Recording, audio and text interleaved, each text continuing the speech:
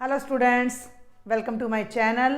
आज हम स्टार्ट करने जा रहे हैं chapter number 2 inverse trigonometric functions और एक्सरसाइज 2.1 की इंट्रोडक्शन मैं दूंगी इस लेक्चर में। आपको टॉपिक को समझते हैं भाई, इनवर्स ट्रिग्नोमेट्रिक फंक्शंस यानी कि ट्रिग्नोमेट्रिक फंक्शंस का इनवर्स फाइंड करना।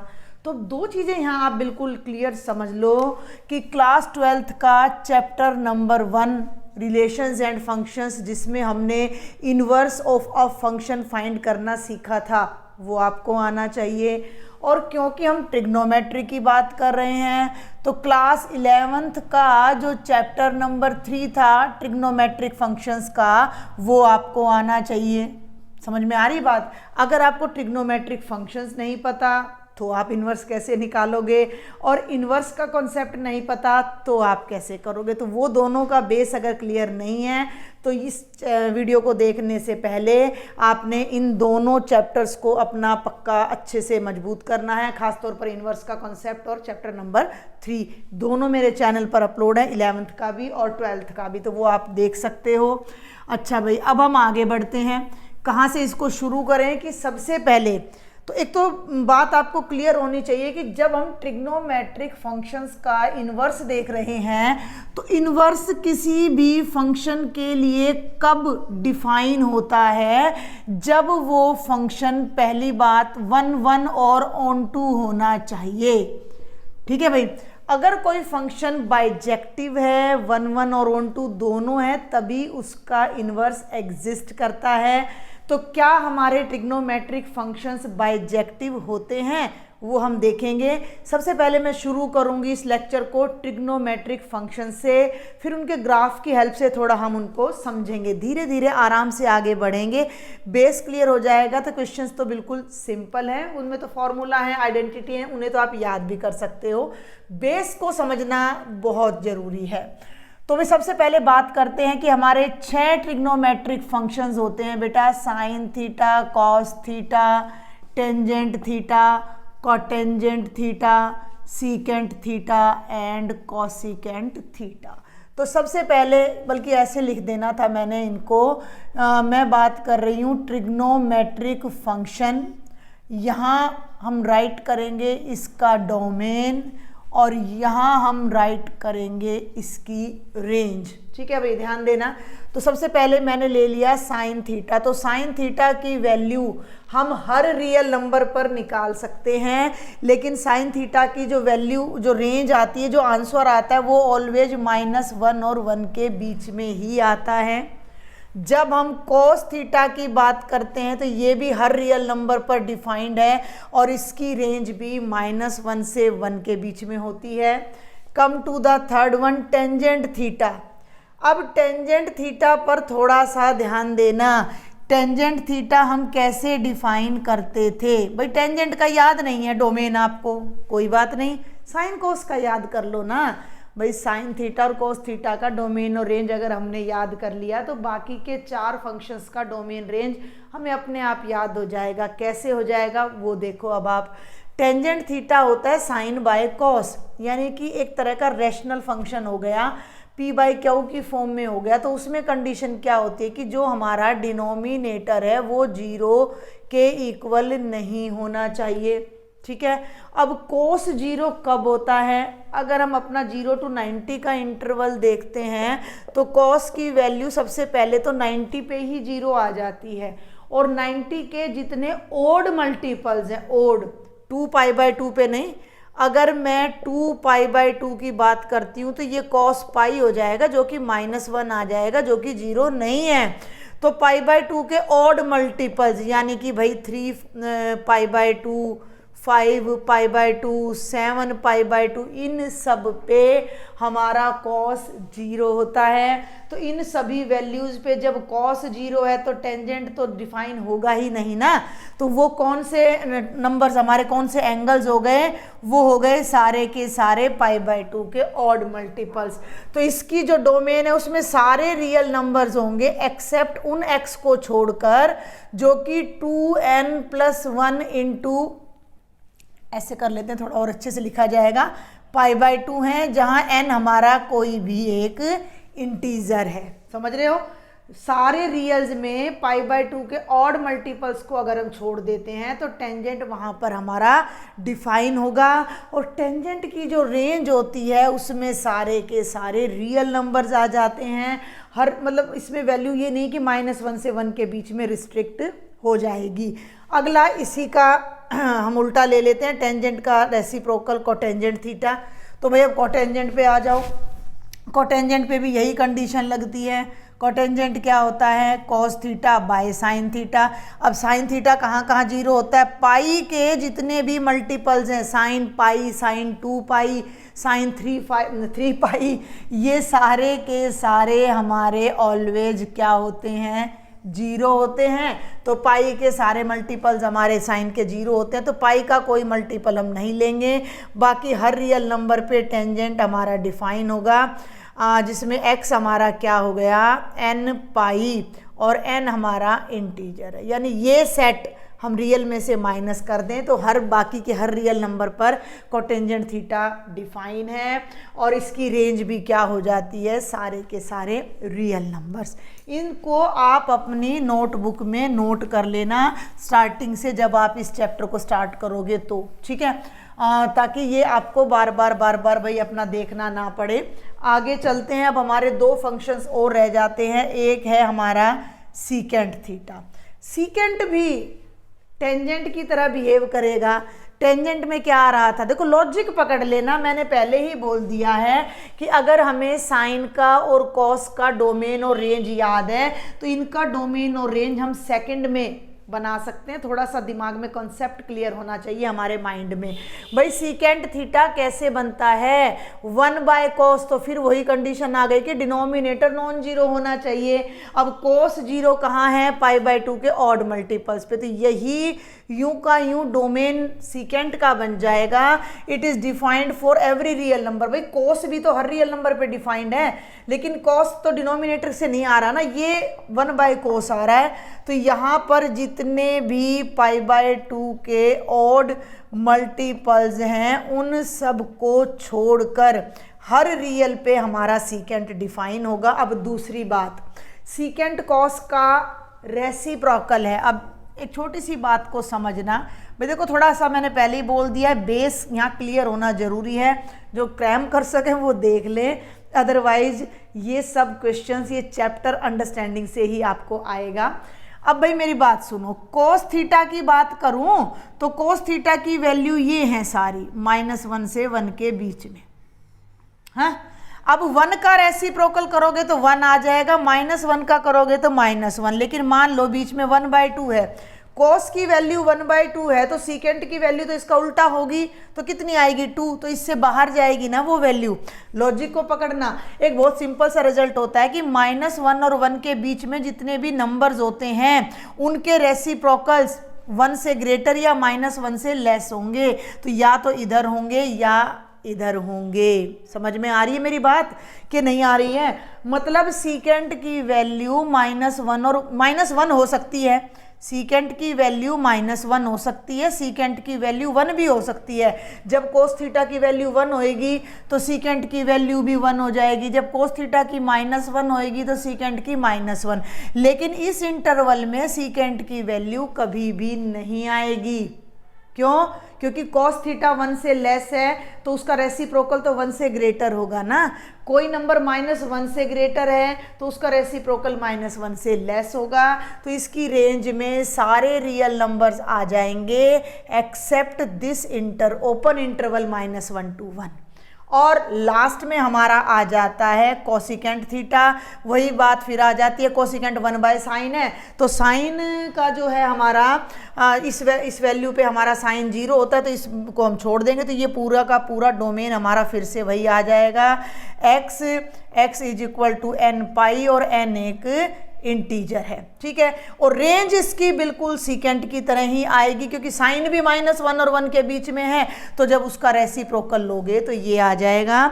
तो अब आपने जो बात नोट करनी है, ध्यान देना कि ये टेंजेंट का और सीकेंट का डोमेन सेम है भाई, ठीक है, और कोटेंजेंट का और कोसिकेंट का डोमेन सेम है भाई, और साइन का और कॉस का डोमेन हमारा सेम है। ऐसे आप इनको याद रखोगे।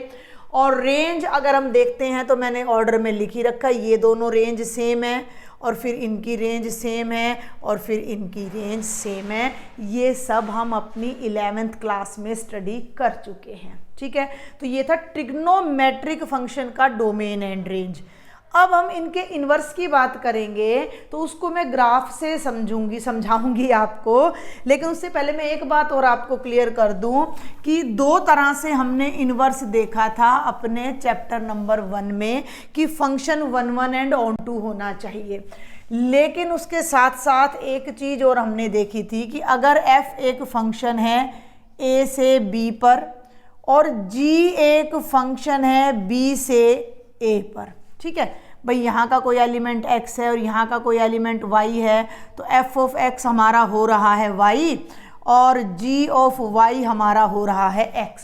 तो हमने कॉम्पोजिशन देखी थी। इस बार कॉम्पोजिशन आपकी लगभग डिलीट कर दी गई है सारी की सारी सिलेबस में से, लेकिन थोड़ी सी डेफिनेशन आपकी कंपोजिशन फंक्शन की और उसी पर बेस्ड इन्वर्टिबल फंक्शन की डेफिनेशन को रखा गया है सिलेबस में, तो वहीं से हम लेके चलेंगे। आप चाहो तो इनको ना ए बी की बजाय ना एक्स वाई नाम दे लो, आपको कन्वीनियंट रहेगा क्योंकि हम एलिमेंट्स को भी एक्स और वाई में डील कर रहे हैं।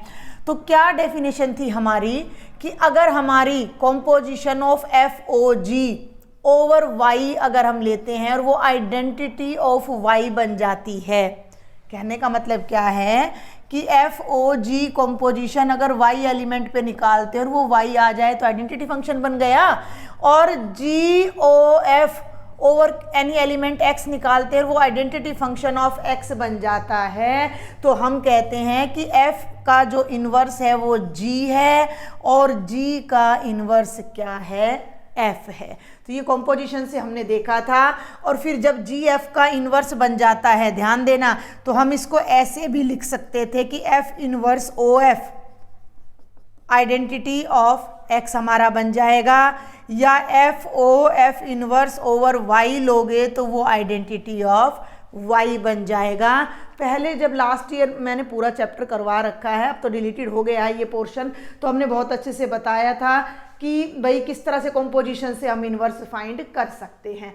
तो ये थोड़ा सा आपको बेस क्लियर होना चाहिए कि यहाँ कहने का मतलब क्या है कि एफ की जो रेंज है, एफ की जो रेंज है वो पूरा वाई बन जाता है, ऑन टू फंक्शन है, और y की जो रेंज है वो पूरा x बन जाता है। कहने का मतलब क्या है कि रेंज ऑफ f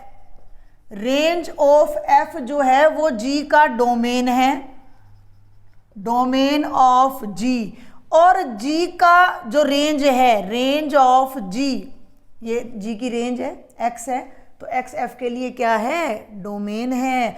तो ये g की जो रेंज है वो हमारा डोमेन ऑफ एफ है। एक छोटे से एग्जाम्पल से मैं इसको आपको समझाना प्रेफर करूंगी। भाई कई बच्चों को मान लो प्रॉब्लम हो रही हो, तो मान लो एफ मैंने एक सेट ले लेना है जिसमें 5 स्टूडेंट्स हैं, A B C D E, और जी में मेरे कोई 5 नंबर्स हैं 1 2 3 4 5। ए की इमेज 2 है, बी की 1 है, सी की 4 है, डी की 3 है और ई की 5 है। तो आप पहली डेफिनेशन अगर मेरी पकड़ो तो ये 1 1 और ऑन टू है, एक एलिमेंट की एक इमेज आ रही है और हर एलिमेंट की प्री इमेज आ रही है, तो ये इन्वर्टिबल फंक्शन है। आप इसको कैसे लिखोगे, आप इसको लिखोगे कि f of a 1 f of a 2 है, ठीक है भाई, और एफ ऑफ बी कितना है, 1 है, एफ ऑफ सी कितना है, 4 है, एफ ऑफ डी कितना है, 3 है, और एफ ऑफ ई कितना है, 5 है। अब इन्वर्स फंक्शन क्या कहता है, एक मोटी सी भाषा में मैं आपको बताऊं तो इसका उल्टा फंक्शन आपने लेना है, मोटी भाषा में, टेक्निकली मैथमेटिकली नहीं बता रही मैं, उल्टा फंक्शन आपने लेना है। उस फंक्शन का नाम हो जाएगा एफ इनवर्स, और वो यहाँ से यहाँ लेना है आपने। समझ रहे हो मेरी बात को कि भाई इसका नाम अगर एफ इनवर्स है तो एफ इनवर्स के अंडर 1 किससे जुड़ रहा है, बी से। ध्यान दो, एफ इनवर्स के अंडर 1 किससे जुड़ रहा है, बी से, और इसी एफ इनवर्स के अंडर 2 किससे जुड़ रहा है, ए से, और ये यहाँ पर 3 किससे मैप हो रहा है, डी से, और आपका जो 4 है वो किससे मैप हो रहा है, सी से, और जो 5 है वो किससे मैप हो रहा है, ई से। यानी इसके हर एलिमेंट की तो इमेज यहाँ थी, लेकिन इसके हर एलिमेंट की इमेज भी हमें यहाँ पर मिल जाती है। कब? जब ये 1 1 एंड ऑन 2 है। अगर ये 1 1 एंड ऑन 2 ना होता, लॉजिक को पकड़ना, अगर ये 1 1 एंड ऑन 2 ना होता, ठीक है, मान लो यहाँ पर 5, थोड़ा सा इसको चेंज कर देते हैं और ये देखते हैं भाई। अब हम एक बार A B C D E, ये हो गया 1 2 3 4 5। ए की इमेज 2 थी, ठीक है भाई, कोई दिक्कत नहीं है। बी की इमेज 1 थी, कोई दिक्कत नहीं है। सी की इमेज 4 है, डी की इमेज भी 4 है, सुनना मेरी बात ध्यान से, और ई की इमेज 5 है। अब ना तो ये 1 1 है और ना ये ऑन 2 है। अभी मैंने लिखा था, मैंने इरेज कर दिया कि जो एफ की रेंज थी वो जी का डोमेन बन जाएगी। तो इसको उल्टा ले ले फंक्शन को।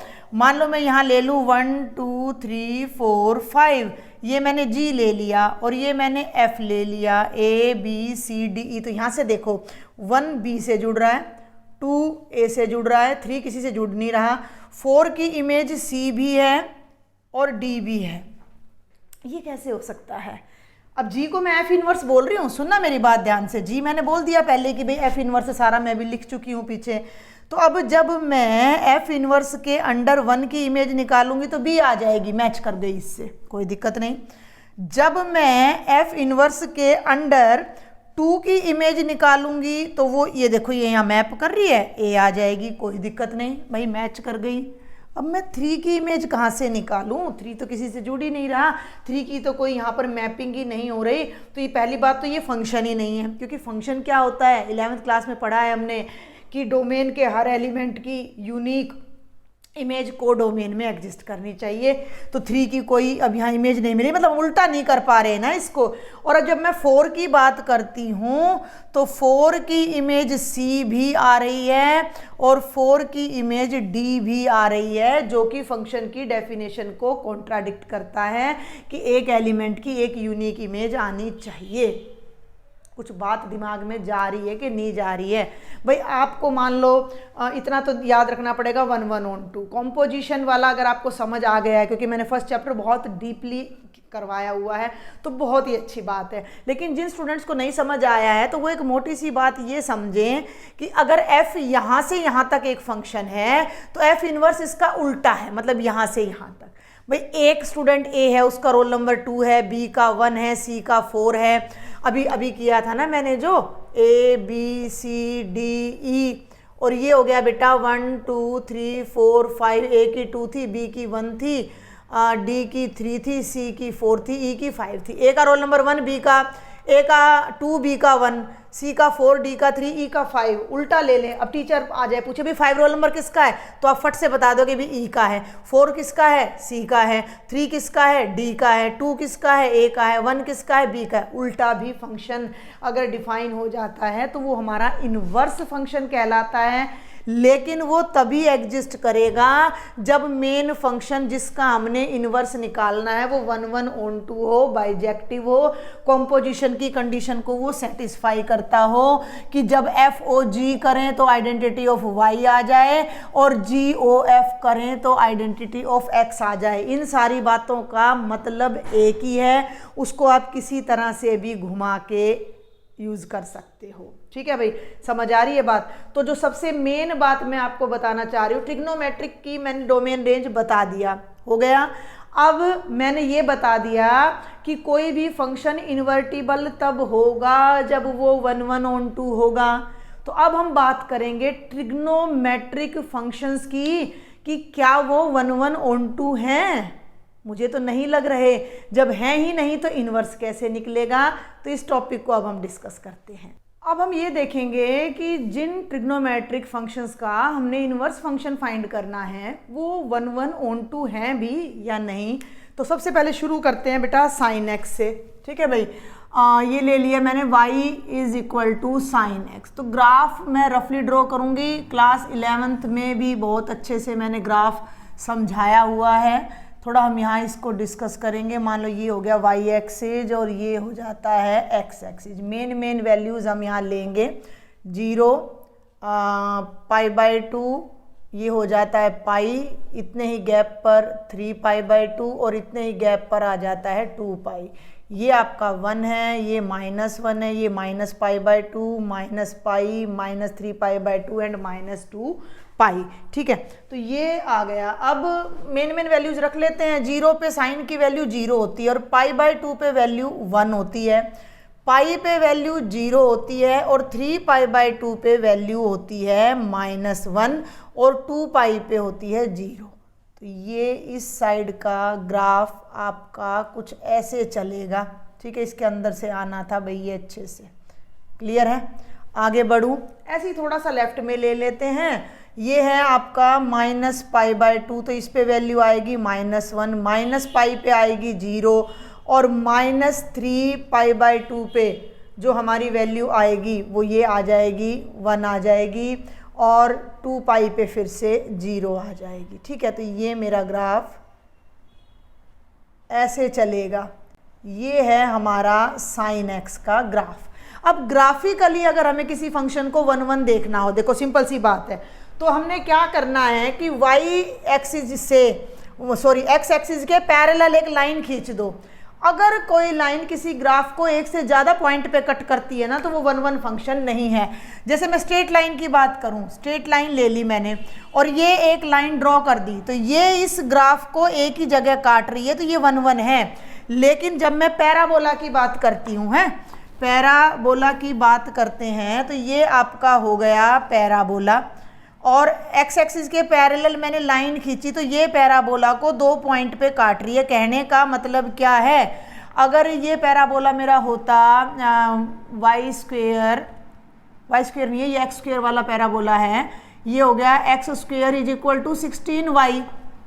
ठीक है, x² = 16y। तो यहाँ x की 2 वैल्यूज के लिए y की सेम वैल्यू आ रही है। मान लो आप x को -1 रख लो, x को ये +1 रख लो, 1 रख लिया तो 1 का स्क्वायर ये आ जाएगा 1/16। कब? जब x 1 है। और जब आपका x -1 है तब भी आपकी वैल्यू 1/16 आ रही है।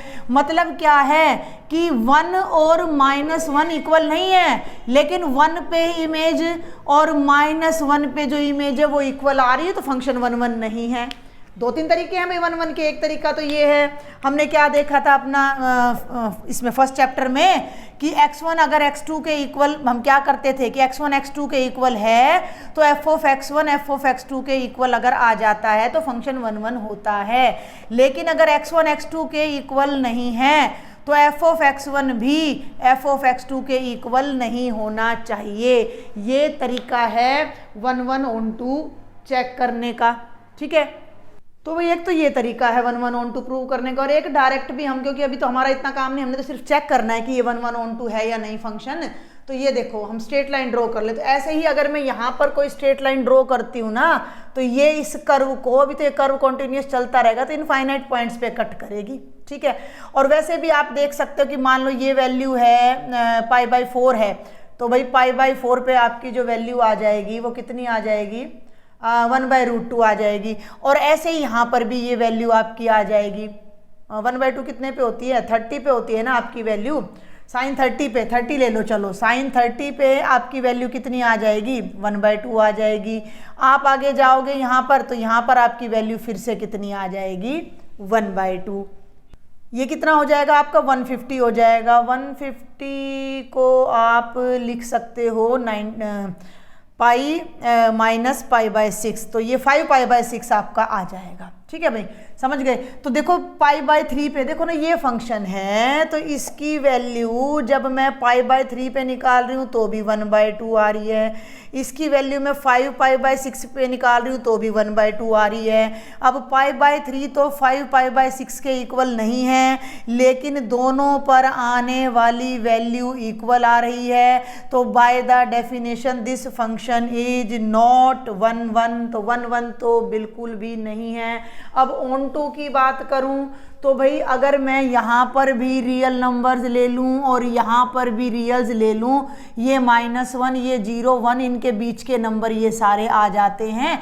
तो यहाँ जितनी भी वैल्यूज़ हैं साइन एक्स के लिए हर वैल्यू इस इंटरवल में सिमट के रह जाएगी। आप यहां से समझो, मान लो y की वैल्यू 2 है तो 2 के लिए कोई ऐसी x की वैल्यू नहीं है कि फंक्शन की वैल्यू 2 आ जाए, यानी बहुत सारे पॉइंट्स ऐसे रह जाते हैं जिनके लिए हमारे पास कोई प्री इमेज एग्जिस्ट नहीं करती।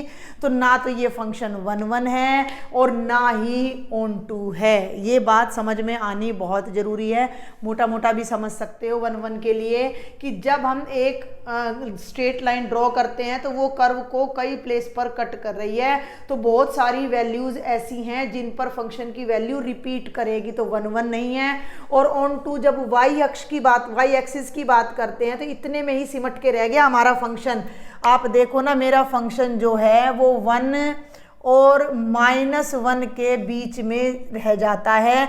इधर के लिए हमारे पास कोई प्री इमेज नहीं है, इधर के लिए कोई प्री इमेज नहीं है, तो this function is neither 1 1 nor onto. फिर हम इसके इन्वर्स की बात क्यों कर रहे हैं?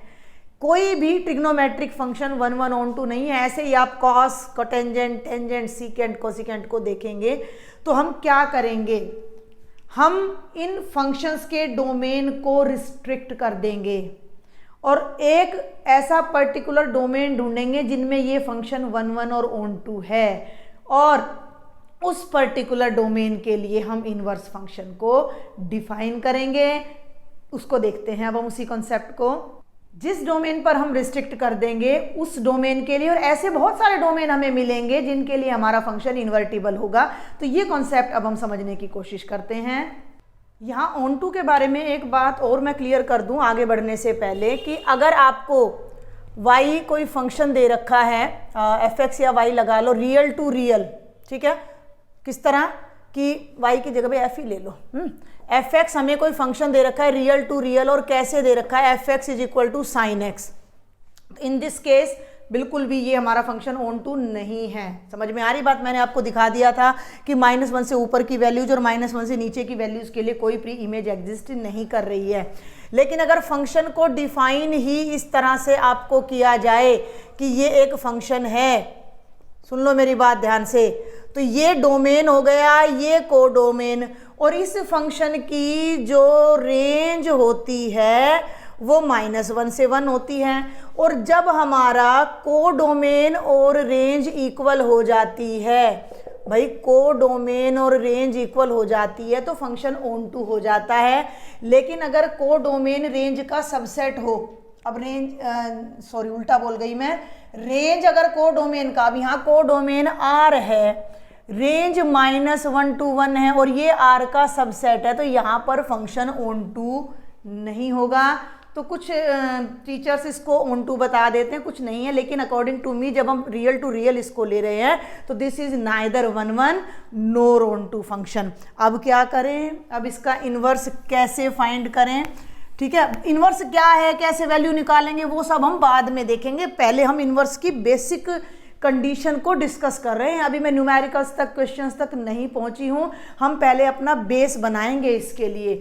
तो हमारा जो साइन एक्स का फंक्शन है भाई, वो 1 1 तो है नहीं, ठीक है, ऑन टू भी नहीं है। तो मैंने बोला था कि अगर हम इसके डोमेन को रिस्ट्रिक्ट कर दें, ठीक है, फंक्शन मैं ले लूँ R से -1 to 1 तक, तो ना ये 1 1 तो है नहीं, ऑन टू हो जाएगा। लेकिन अगर इस R को मैं बदल दूँ, ध्यान देना, R को मैं बदल दूँ।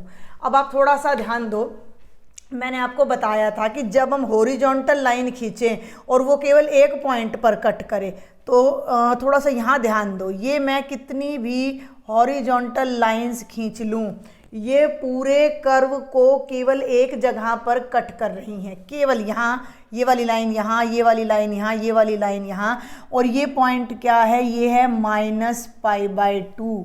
ध्यान से देखना, -π/, ये बार बार रब करना पड़ेगा, थोड़ा यहाँ उच पोच हो सकता है, तो आप जरा समझ के चलें इसको पेशेंस के साथ, आराम से, ठीक है। ये -π/2 और ये हो गया बेटा π/2।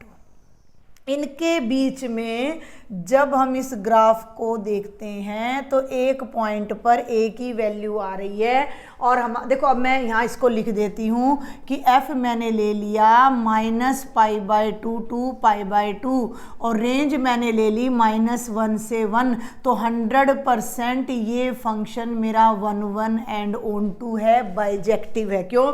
मेरी रेंज क्या है? -1 से 1, तो हर एलिमेंट के लिए प्री इमेज भी हमारी यहाँ पर एग्जिस्ट कर रही है और हर x की हर वैल्यू के लिए y का एक यूनिक वैल्यू हमें मिल रही है। अब क्या केवल यहीं पे ये फंक्शन 1 1 ऑन 2 हो रहा है? भाई तुम ये सिंपल सा फंडा आप वैसे भी देख सकते हो। 0 पे वैल्यू 0 होती है, 30 पे 1/2 होती है, 45 पे 1/√2, 60 पे √3/2, 90 पे 1 और माइनस वालों पे माइनस। यहाँ वैल्यू रिपीट नहीं कर रही। इस इंटरवल में जब इस कर्व पे कितनी भी हॉरिजॉन्टल लाइन खींचो तो इतने हिस्से को वो एक ही बार कट कर रही है, तो इतने हिस्से में मेरा फंक्शन 1 1 ऑन 2 आ गया। अब क्वेश्चन ये उठता है कि क्या केवल इसी इंटरवल में ये फंक्शन 1 1 ऑन 2 है? नहीं, इस तरह के हम बहुत सारे इनफाइनाइट इंटरवल्स डिफाइन कर सकते हैं। अब आप इसको भूल जाओ, अब आप यहाँ आ जाओ, इसको देखो, π/2 से 3π/2, 90 से लेकर 270 तक आप देखोगे तो ये फंक्शन मेरा फिर से 1 1 है। खींच लो भाई हॉरिजॉन्टल लाइंस, यहाँ पर पूरे कर्व को, इतने कर्व को एक ही जगह कट करेगी। 3π/2 to 5π/2 आ जाएगा। ऐसे ही इधर जाओगे तो -π/2 to -3π/2, मतलब ये जो इंटरवल मैं यहाँ ले रही हूँ ये वो इंटरवल्स हैं जिनमें आपका sin x 1 1 एंड ऑन 2 है। ठीक है, तो वो इंटरवल्स अब मैं यहाँ लिखती हूँ, -90 to 90, आगे बढ़े तो 90 to 3π/2। ठीक है, π/2 to 3π/2, 3π/2 to 5π/2 and so on. और अगर मैं इधर चलती हूँ तो हमारा ये आ जाता है -3π/2 to -π/2 एंड सो ऑन।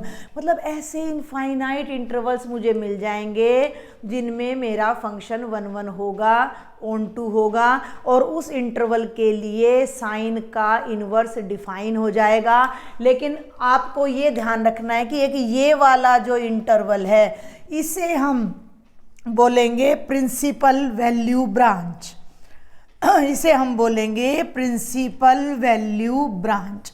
अभी जब हम न्यूमेरिकल्स करेंगे, क्वेश्चंस करेंगे, सारी बातें मैं आपको डिटेल में समझाऊंगी इन्वर्स फंक्शन की वैल्यू निकालने के लिए। एक छोटा सा एग्जांपल मैं कोशिश करती हूँ कि मैं आपको समझा दूँ। चलो मैं समझा ही देती हूँ। देखो बेटा, इन्वर्स साइन का इन्वर्स बनाना है अब मैंने, तो क्या करें? अब आप सिर्फ एक सिंपल सी बात समझो कि इन्वर्स होता क्या है। साइन थीटा कह लो या साइन एक्स कह लो, मान लो साइन एक्स की वैल्यू आपकी कितनी है? 0 है। साइन एक्स की वैल्यू 0 है आपकी, तो जो इन्वर्स फंक्शन होगा वो क्या होगा कि साइन की वैल्यू 0 कितने डिग्री के एंगल पर होगी वो एंगल आपने निकालना है। साइन की वैल्यू 0 कितने डिग्री पर होगी वो एंगल आपने निकालना है, यानी कि उसको मैं लिखूंगी साइन इनवर्स 0। अब ये बात ना बच्चों को थोड़ी कंफ्यूज करती है, तो इसके लिए मैं आपको एक छोटा सा आइडिया दूंगी। आइडिया मैथमेटिकली वो सही नहीं है, आप एक छोटी सी बात समझो। साइन एक्स 0 है, एक्स को मैं यहीं रख लूँ और साइन को मैं थोड़ी देर के लिए यहाँ ले जाती हूँ। ये बिल्कुल भी ठीक नहीं है मैथमेटिकली, मैं सिर्फ आपको बता रही हूँ यहाँ आपको याद रखवाने के लिए। भाई साइन की पावर 1 है, पावर को ऊपर ले जाओ तो एक्सपोनेंट क्या कहता है कि नेगेटिव हो जाएगी, तो ये पावर मैं ऊपर ले गई और साइन की पावर 1 से -1 हो गई और ब्रैकेट में आ गया 0। तो x is equal to sine inverse 0। Actual में हमें यहाँ से सीधा यहाँ पहुँचना है। भाई अभी मैंने आपको क्या बताया था कि ये f है और ये g है। f के अंडर 3 एलिमेंट है a b c। a की इमेज 1 है, b की 2 है, c की 3 है। यहाँ से समझने की कोशिश करना, थोड़ा मुझे साफ करना पड़ेगा, स्पेस बनाना पड़ेगा आपको समझाने के लिए। देखो भाई मेरी बात को जल्दी से समझो।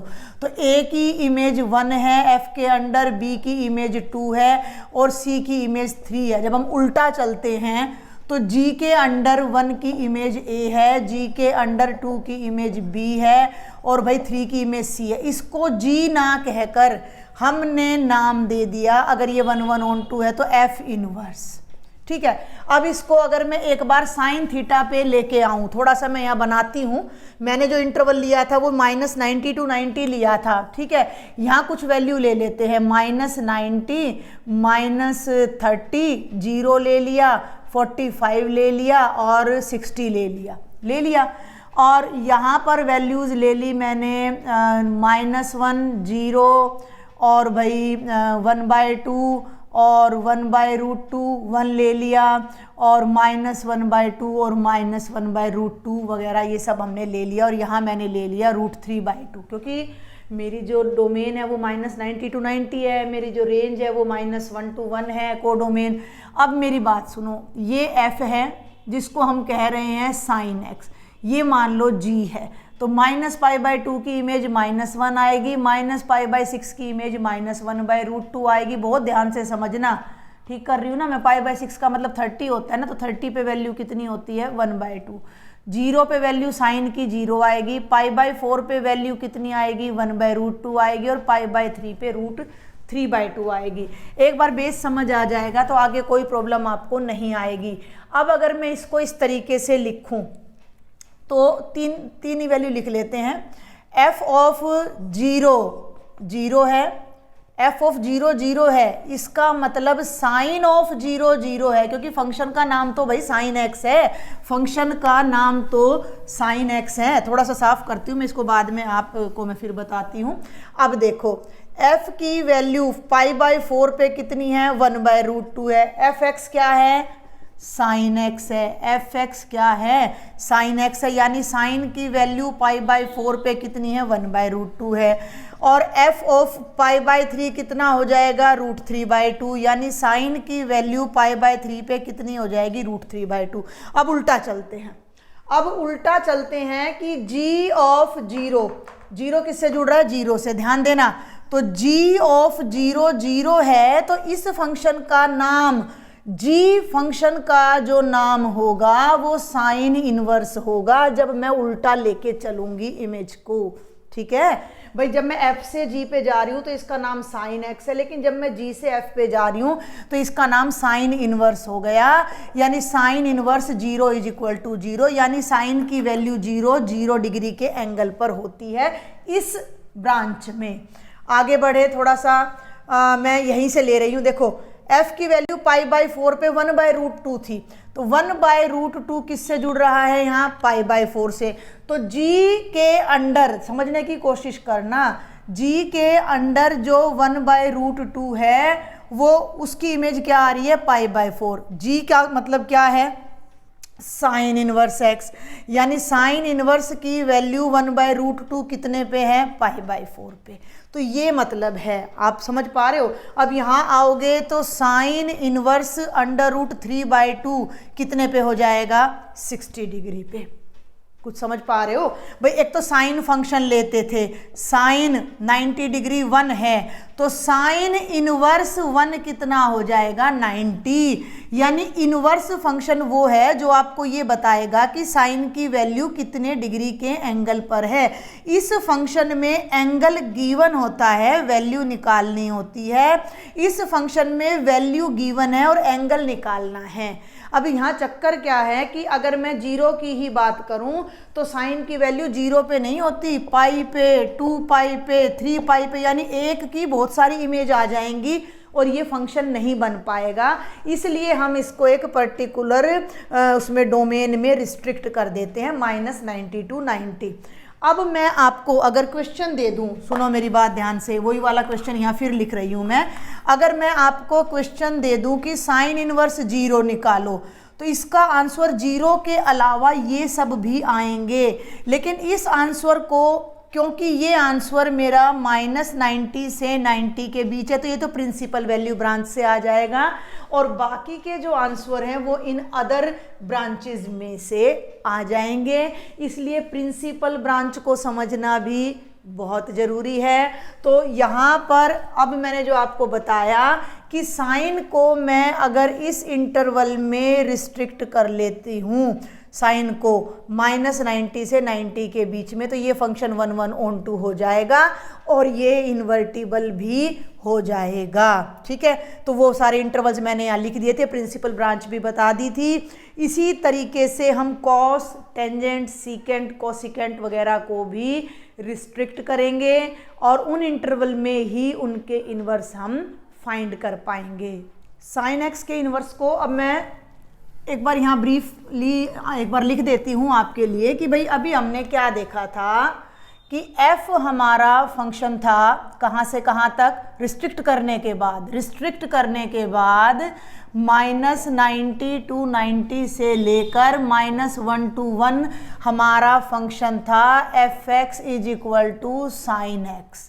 और इसका जो इन्वर्स आया तो उसको अगर मैं g नाम दे देती हूँ तो वो ये यहाँ से और यहाँ हो जाएगा ना। f की जो रेंज है वो g के लिए डोमेन बन जाएगी और f का जो डोमेन है वो g के लिए रेंज बन जाएगा और वो फंक्शन हमारा हो जाएगा g ऑफ x को मैं कहूँगी साइन इनवर्स x। अब आप समझने की कोशिश करना कि इस फंक्शन में आपने x के प्लेस पर एंगल्स रखने हैं। भाई 90 है, 0 है, 30 है, 60 है, ये वैल्यू आ जाएगी। और इसमें क्योंकि डोमेन हमारा -1 to 1 है तो आप जब यहाँ -1 रखोगे, 1/2 रखोगे, 0 रखोगे, 1/√2 रखोगे, जो भी वैल्यू रखोगे तो वो यहाँ आएगी और उसके लिए फिर आपको एंगल बताना होगा। मान लो मैं x के प्लेस पर 1/2 रख दूँ तो g ऑफ 1/2 का मतलब हो जाएगा साइन इनवर्स 1/2 और यहाँ पर मतलब हो जाएगा कि मैंने वो एंगल बताना है जिस पर साइन की वैल्यू 1/2 होती है और साइन की वैल्यू 1/2 30 डिग्री पे होती है। 30 को मैं π/6 लिख दूंगी जो इसको बिलोंग कर रहा है।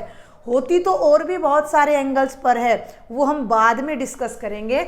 अभी मैं सिर्फ आपको यहाँ समझाना चाह रही हूँ। अब आप एक चीज़ और नोट करो, कॉम्पोजिशन की बात मैंने आपको बताई थी तो मैंने ये बताया, अब तुम खुद देखो ना, f का जो डोमेन है वो g की क्या है, रेंज है और g का जो डोमेन है भाई वो f के लिए रेंज है। समझ में आ गई बात। और एक बात मैंने बताई थी कॉम्पोजिशन की भी कि एफ ओ जी वाई आइडेंटिटी फंक्शन बन जाना चाहिए, जी ओ एफ भी आइडेंटिटी फंक्शन बन जाना चाहिए, बन जाएगा। ठीक है, ये थोड़े हमारे पास रिजल्ट्स आते हैं, उनसे बाद में हम इसको प्रूव करेंगे। तो इन दिस कंडीशन हम कहेंगे कि f का इन्वर्स g है और g का इन्वर्स y है। y नहीं भाई, g का इन्वर्स f है। ठीक है, तो कुछ मेन बातें भी मैंने बताई हैं कि सबसे पहले जल्दी से मैं फटाफट से रिकैप आपको दे देती हूँ। इन्वर्स ट्रिग्नोमेट्रिक फंक्शन हम कर रहे हैं। मैंने ये बताया कि आपको इन्वर्स का कॉन्सेप्ट क्लियर होना चाहिए, ट्रिग्नोमेट्रिक फंक्शन का कॉन्सेप्ट क्लियर होना चाहिए 11th और 12th दोनों में से। ठीक है, अब कोई फंक्शन अगर जब तक बाइजेक्टिव नहीं है, 11/2 नहीं है, तब तक वो इन्वर्टिबल नहीं होगा। फिर हमने साइन एक्स और इन सब के डोमेन और रेंज वगैरह देखे। साइन एक्स का हमने ग्राफ देखा तो ये 11/2 नहीं आ रहा। जब ये 11/2 नहीं आ रहा, ये यहाँ तो 1 और 2 हो गया ना, 1 और 2 नहीं आ रहा, बाइजेक्टिव नहीं है तो इसका इन्वर्स एग्जिस्ट नहीं करेगा। तो उसके लिए हमने क्या किया कि इसकी डोमेन को कहीं एक जगह पर हमने रिस्ट्रिक्ट कर दिया।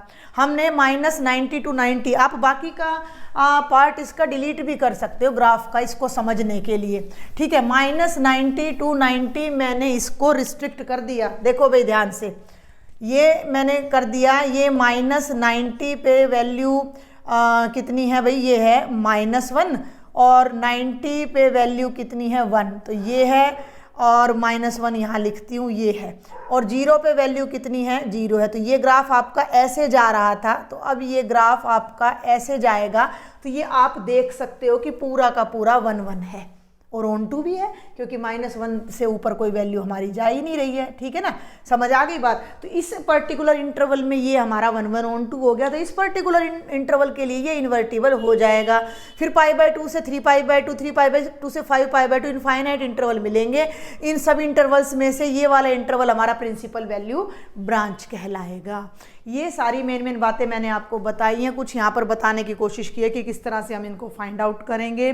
तो पहले आप इसको देखें लेक्चर को, कोई आपको कमी लगती है, कुछ समझ में नहीं आई है कोई बात, तो मुझे कमेंट बॉक्स में टेलीग्राम पे ज़रूर से ज़रूर बताएं, ताकि मैं आगे और अदर फंक्शंस के जो इन्वर्स हैं उनको और थोड़े बेटर वे में आपको मैं बता सकूं।